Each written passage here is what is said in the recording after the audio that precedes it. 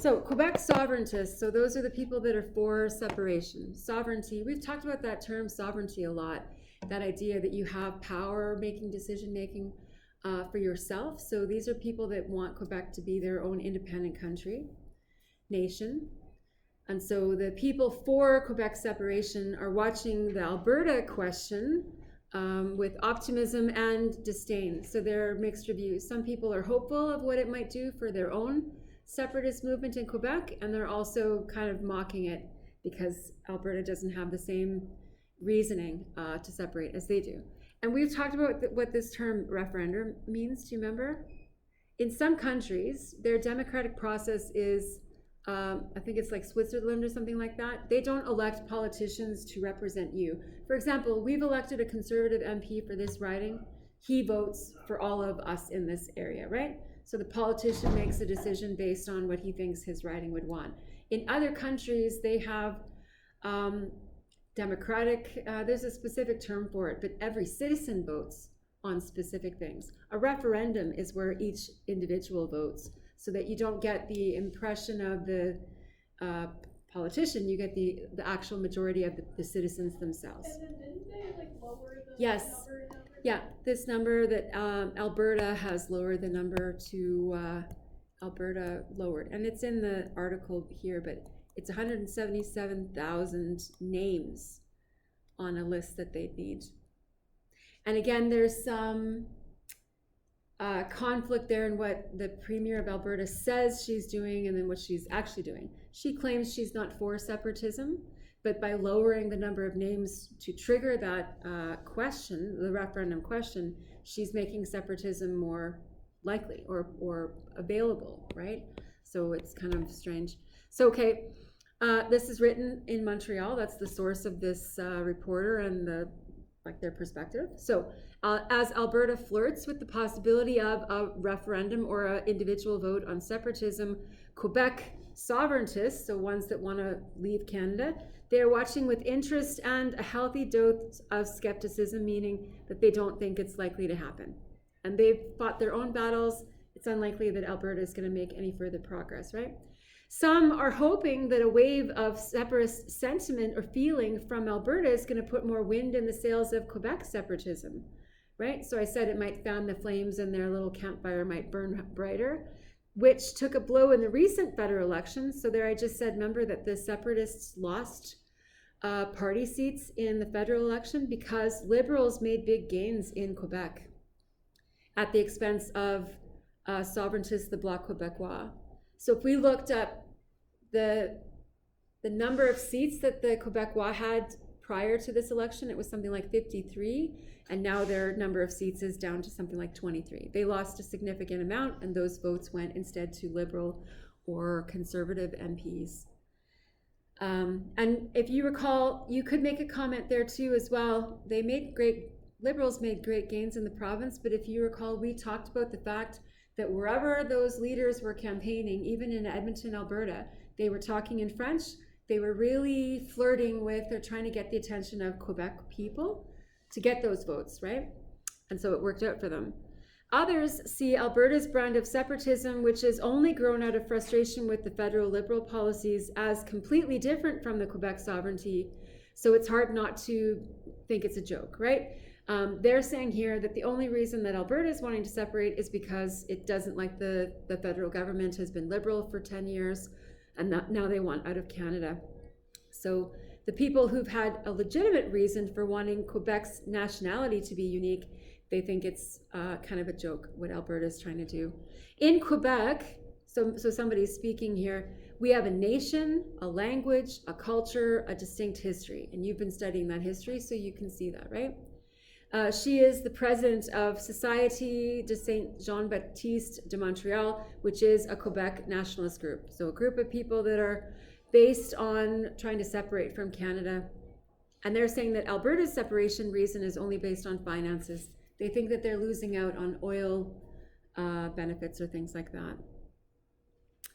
So like you said, last week, Alberta Premier Danielle Smith put forward or tabled legislation that would make it easier or lower the bar for a citizen petition to trigger that referendum.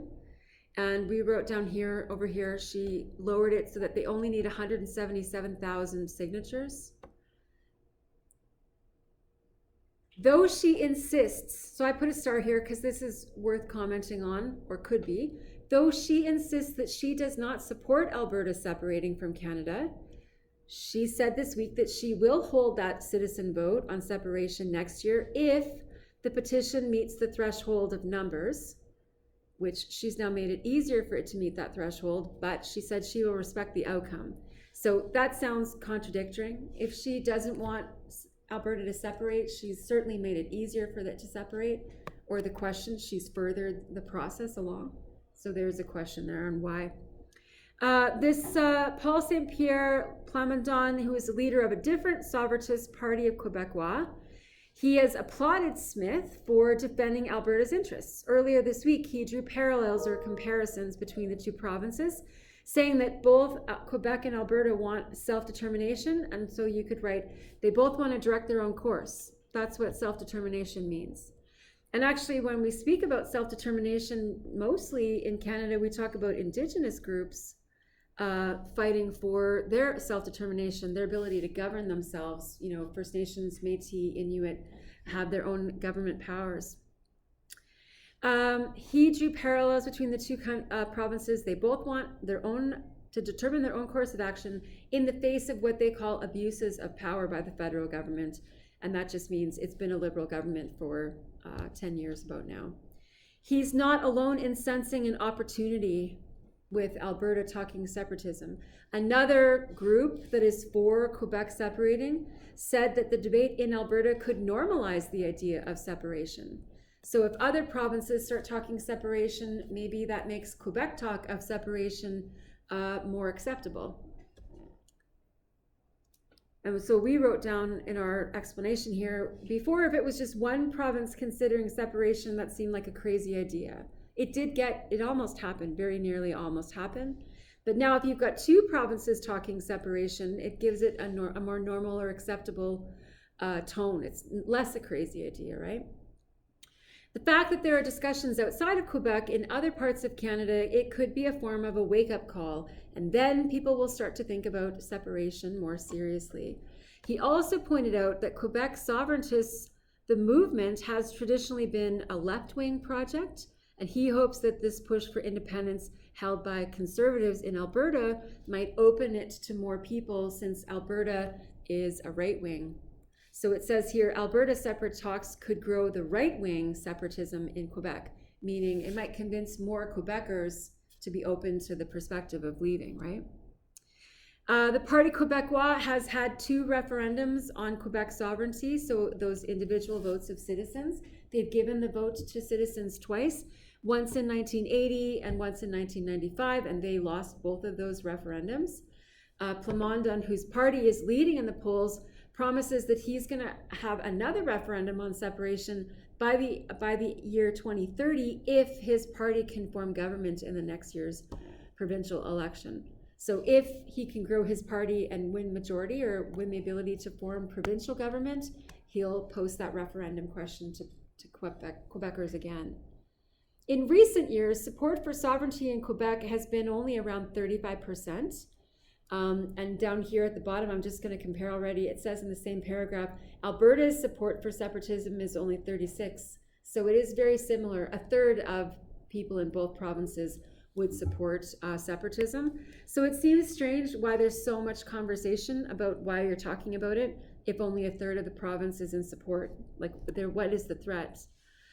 But it says, though President Donald Trump's threats of tariff and annexation has pushed this issue to the back burner in the federal election, people voted more for liberal and conservative instead of, they voted more for lib or conservative because the priority was the American threat, not priority of Quebec as a nation separate, right?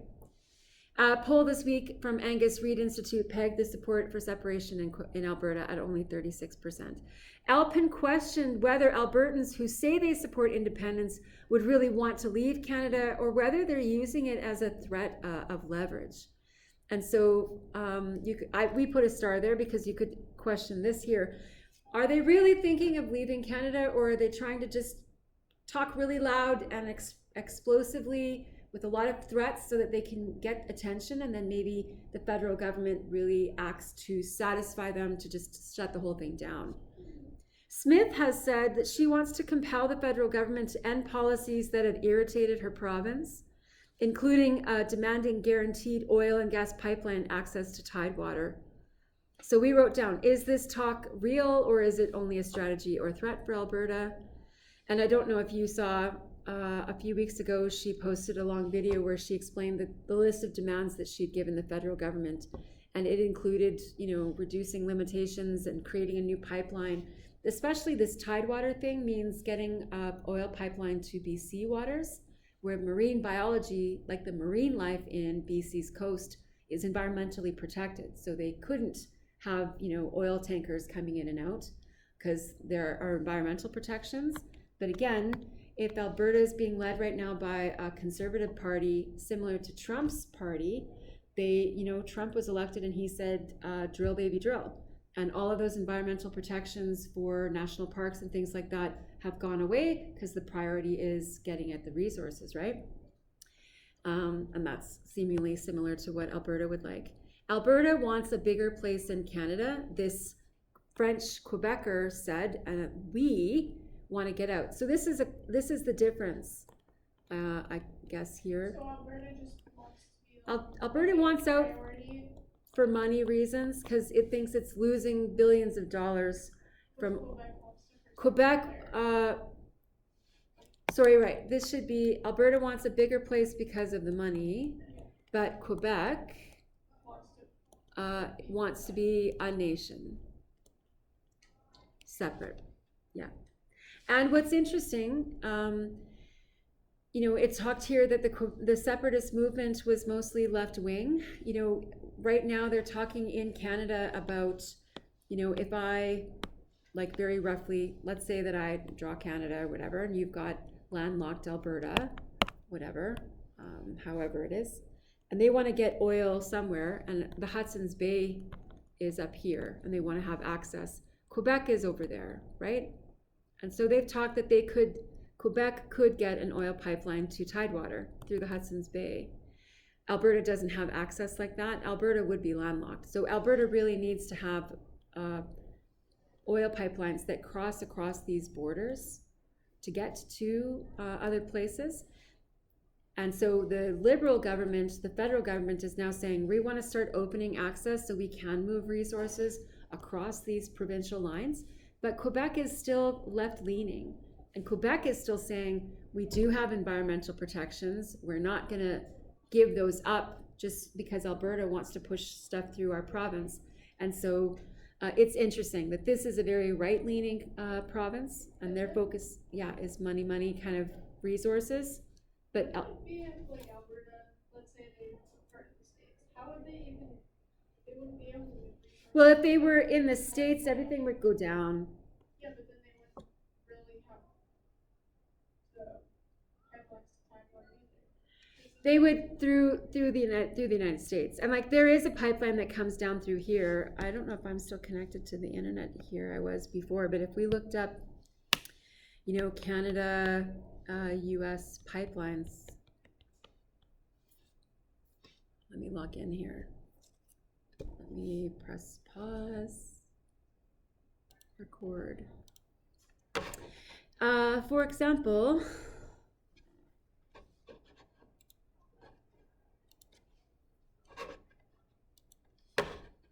so Trans Mountain Pipeline here goes from Edmonton down to Lower Vancouver. Rangeland Milk River comes from Edmonton down into the States. It connects, so there's key connections. This one comes through Montana down through Ohio, it looks like, way over here and way down to Texas. The Keystone Pipeline we have heard a lot about, and so that comes from, well, Edmonton possibly in that area there, but then cuts across Lower Saskatchewan and then down through Dakotas, North and South Dakota, and then straight on down, and again down to Texas, it looks like. Express looks like just a short connector as well. Mainline also comes through Saskatchewan, part of Manitoba, and then straight into the States to feed, like Saskatchewan, stuff like that. So again, you can see that the source of this stuff really does mostly come from Alberta and then goes south anyway. Look, this one here cuts down into Sarnia is still Canada, and then there's a connector that brings crude up to Montreal. So that's interesting there. There's other pictures here. Similar kind of stuff though. So anyway, and again, that gives an indication of why the relationship between Canada and the States is so significant, especially when we're talking about oil, right? Back to here. Where were we? Yeah, the difference. First Nations, though, and so we've talked about that. They've come out to say Alberta wants to separate over our dead bodies, essentially, because if Alberta steps out, what remains is treaty first. Indigenous people had rights to this land, and Alberta only exists because Indigenous groups in those numbered treaties accepted or agreed for Canada to use the land in combination with them. Indigenous people still use the land, but they allowed access of use of the land to Canada. So if a province steps out, then the rights to that land immediately go back to the Indigenous people. So First Nations people in Alberta, meanwhile, have denounced or called out against this recent talk of referendum, saying that the province has no authority to override or supersede treaties that were signed with the federal government.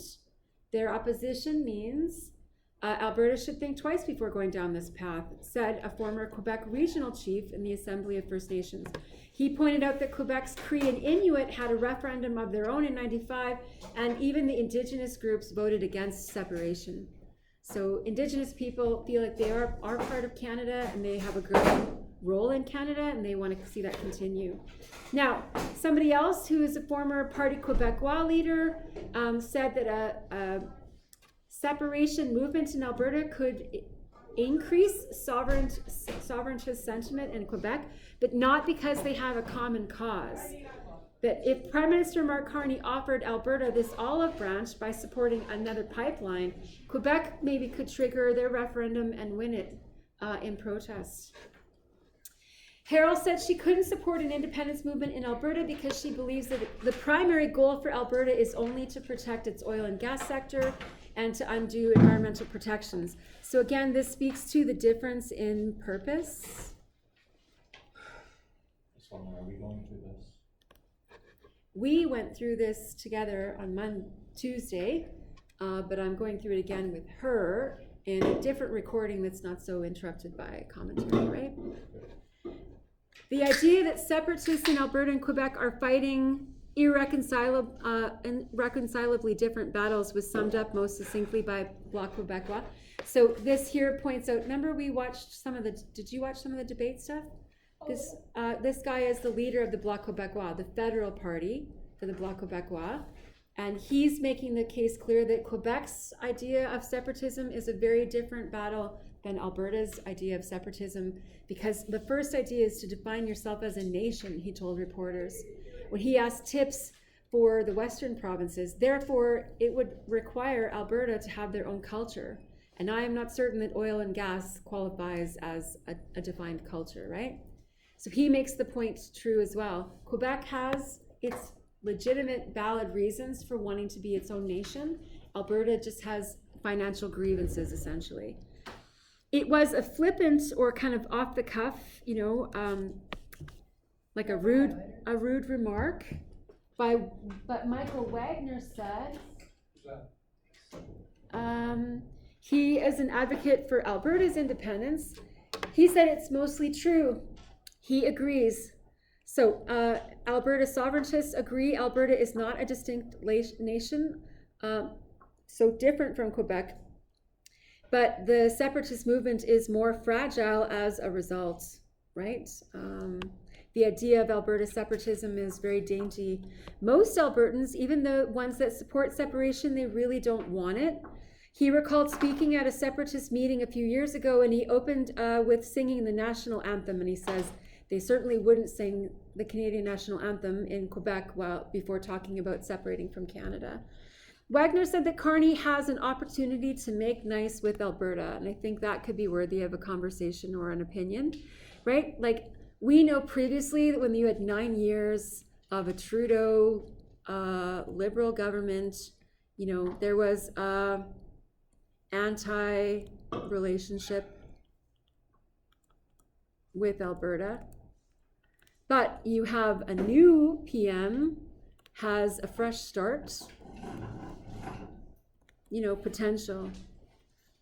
And we already said, you know, we've talked, actually we were talking about it right here. If this is center and Trudeau's Liberals were over here, Mark Carney seems to be further to the center. He's moved to the center like some people would like to see the Conservative Party move to the center. Yeah, because weren't you saying do you think he's a conservative?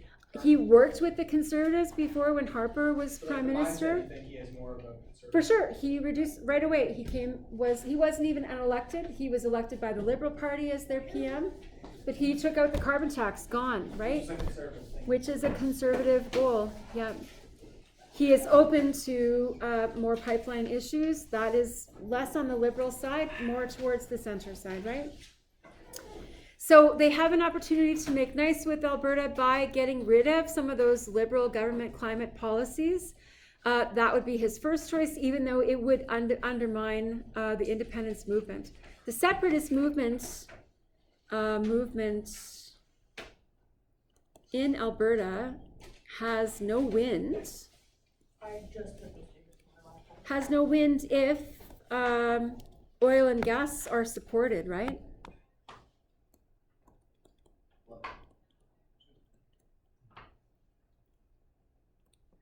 Which is an observation or something that you could talk about as well. So the same thing, right?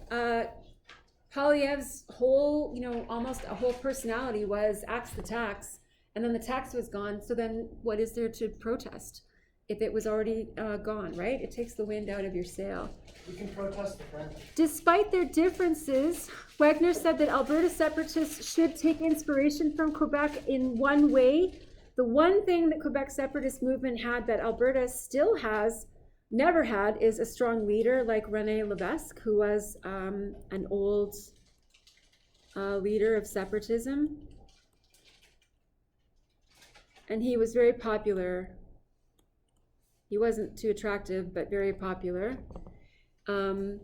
Alberta still has never had a strong leader for separatism. So Alberta is missing